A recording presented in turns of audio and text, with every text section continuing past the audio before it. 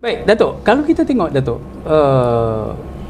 saya rasa dilema pengundi-pengundi di 6 negeri ni ialah untuk kita membezakan yang mana agama, yang mana soal kenegaraan, soal pentadbiran.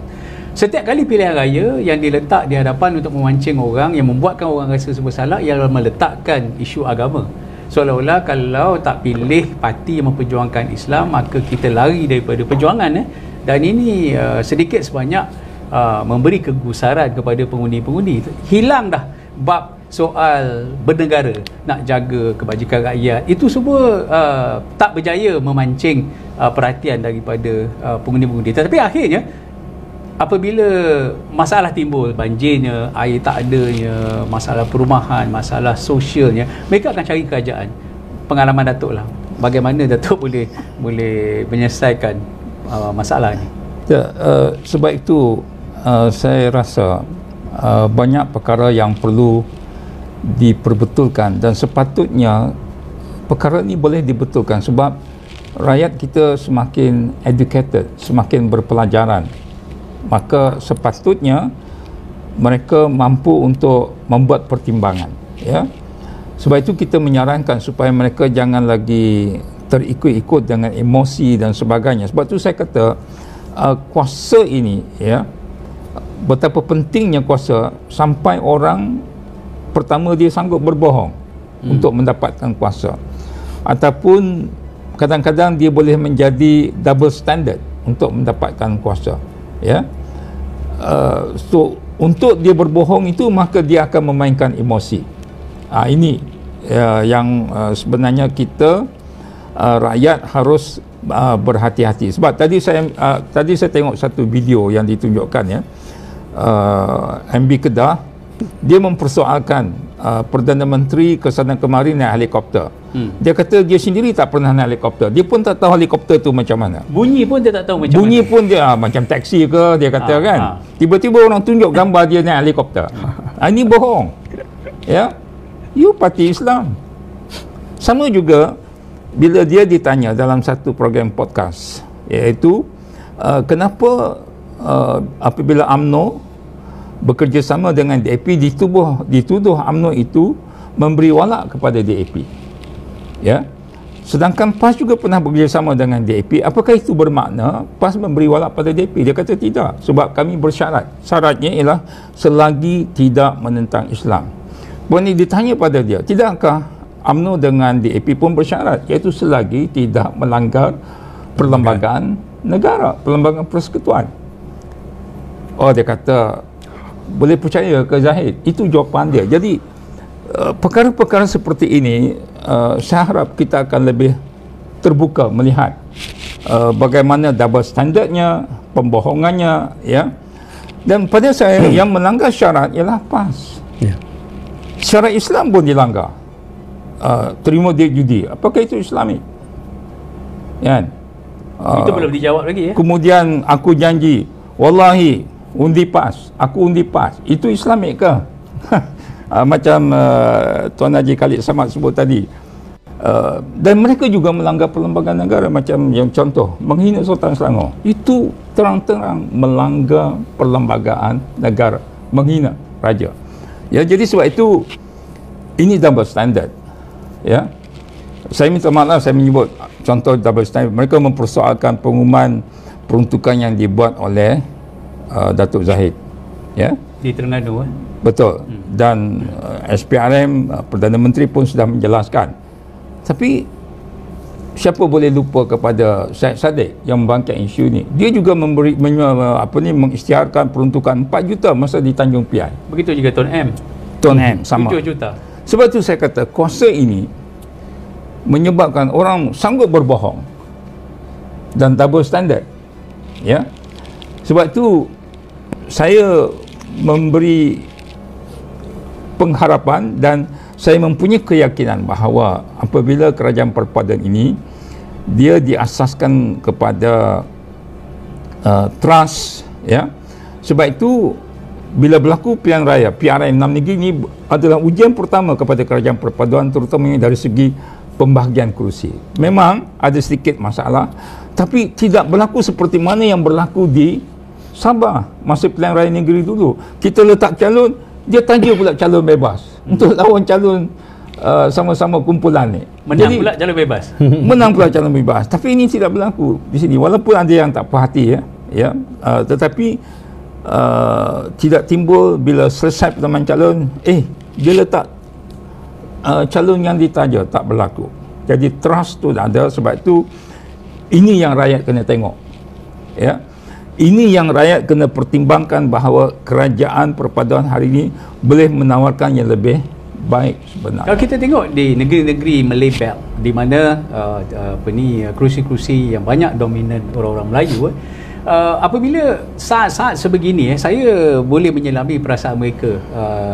2 minggu tempoh berkempen, pemikiran mereka dimanipulasi dan dicelarukan antara beragama dan bernegara. Saya suka nak sebut ni kerana inilah saja yang masalah yang saya rasa timbul yang kita masih belum dapat rungkai dengan sebaiknya. Kerana bila pilihan raya, isu-isu agama dimainkan, soal keimanan. Baru ni ada seorang ustazah lah pula, ustazah ke tak ustazah saya tak tahu, cerita pasal Dajjal. Ini amat menarik minat dah, tiba-tiba belum selesai pendekatan takfiri yang lain, keluar pula isu Dajjal. Jadi bila selepas pilihan raya, maka mereka mula berfikir tentang masalah jalan, masalah longkang, masalah bantuan, masalah itu, masalah ini untuk survival mereka. Jadi saranan Tu Haji lah, berdasarkan pengalaman lama dalam parlimen dulu kan, rakyat ni seharusnya macam mana yang mereka buat, yang mereka boleh menilai siapa mereka nak pilih. Itulah seperti mana yang mungkin saya dah sebut tadi, kita semua kena faham apa itu politik. Politik itu, siasah itu adalah soal pengurusan dan pentadbiran, dan Allah jadikan manusia untuk mengurus dan mentadbir dan memakmurkan dunia. Ini peranan kita. Lalu kerajaan itu, dia ada tanggungjawab itu, dan tak bolehlah dikatakan ini soal agama atau pembangunan. Kamu nakkan Islam ataupun kamu nakkan air. Kamu nakkan Islam, soal air itu soal kecil. Sedangkan kedudukan Islam itu dah terjamin. Apa yang sedang dilakukan dalam pilihan raya bukan soal nak pilih agama, tapi nak pilih kumpulan yang akan mengurus dan mentadbir negara itu dengan cara yang paling berkesan. Itulah sebabnya bagi saya, bila saya tengok sejarah Perikatan Nasional, bila dia dah menang, masalah yang dikatakan pentadbiran, pengurusan dan sebagainya, dia tak hiraukan. Tak ada apa yang saya nampak lah yang boleh dikatakan dia telah capai yang boleh dibanggakan. Malahan bagi saya lah, yang selalu duduk dekat Kuala Lumpur ni, Menara Kuala Lumpur pun dia boleh swastakan. Apa yang manfaatnya untuk rakyat, saya pun tak tahu. Tapi dia tak fikir manfaat untuk rakyat. Dia tak ada satu dasar nak cuba membasmi kemiskinan tegar ataupun sebagainya. Tetapi apa yang dia buat ialah kami memerintah, masalah politik negara ialah Islam terancam.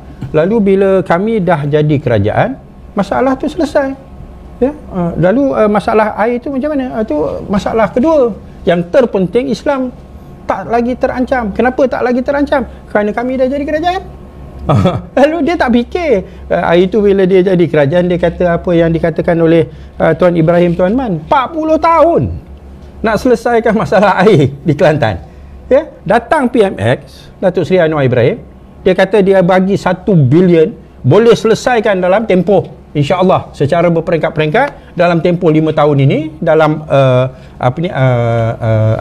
satu penggal ini. Kalau tak dapat pun mungkin 2 penggal, tapi dengan 1 bilion.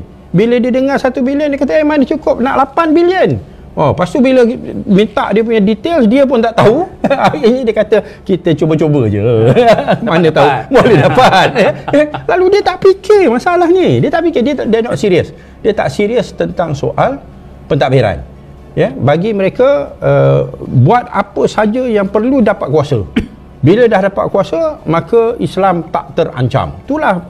Itulah falsafah dan ideologi yang dia bawa kepada rakyat jelata, ya. Sedangkan orang dekat Selangor dah 15 tahun, ya, mana ada Islam terancam di bawah PR, bawah PH, ya, di Pulau Pinang, ya, mana ada Islam yang terancam. Dia kata, oh dulu dia kata, oh, azan tak boleh, azan tak boleh. Orang kata kamu datang ke Penang kamu nak azan lah, bila masa kamu nak azan, ya. Nak buat live pun buat lah. Tak ada orang yang akan halang, ya. Tapi pembohongan ni yang dikatakan ni, fitnah ni, setakat ni lah, ya, semua yang kena dakwa dan didapati bersalah, semua puak ulama-ulama kononnya lah parti Islam se-Malaysia ni, termasuklah dengan Menteri Besar Kedah yang hero dia orang tu, ya. Awak kena saman, awak kalah, awak bayar 140,000 ke 150,000 tu hukuman dunia, ya. Hukuman di akhirat tak tentu lagi, ya. Tapi awak boleh buat, tak kisah.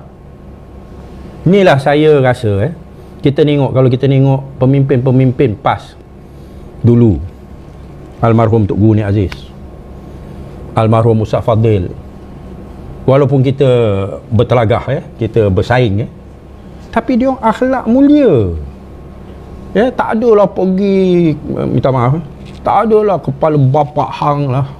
Itu pujian katanya. Tu dia kata pujian, ya. Ni kan tak lama lagi orang Kedah pergi sekolah, budak-budak pergi sekolah, jumpa cikgu, kepala bapak hang lah cikgu. Pujian. Betul, awak nak macam tu ke? Mana akhlak? Tipu, fitnah, pura-pura buat pekat badak. Siapa lagi yang dengar kata yang di Pertuan Agong kata tubuhkan kerajaan perpaduan? Siapa lagi dengar? PMX seorang je. Muhyiddin nak cerita. Awak nak menipu, dah kelentong. Allah, kalau saya lah, ya, kamu sebagai Menteri Besar langsung tak ada kelas, ya, langsung tak ada akhlak. Buat malu je pada almarhum Ustaz Fadil, buat malu je pada almarhum Ustaz Dr. Azizan, ya. Ni semua hebat-hebat orangnya, akhlak yang mulia. Dia perjuangan politik yang berakhlak, ya. Tapi sekarang ni dah tak tahu dah. Apa saja boleh kerana kami ni parti Islam, dan semua yang kami buat sama ada menipu, sama ada fitnah, sama ada rasuah, semua demi Islam. Dan itu seolah-olah direstui oleh pihak pimpinan. Ya, diorang diam, ya. Tak keluar apa-apa kenyataan. Menegur pemimpin-pemimpin dia yang melampau, ya, dan sebagainya, dan mengajar anak-anak muda ni untuk bercakap seperti itu, membela orang yang macam tu. Saya pun tak faham lah. Siap bertakbir lagi. Siap bertakbir lagi.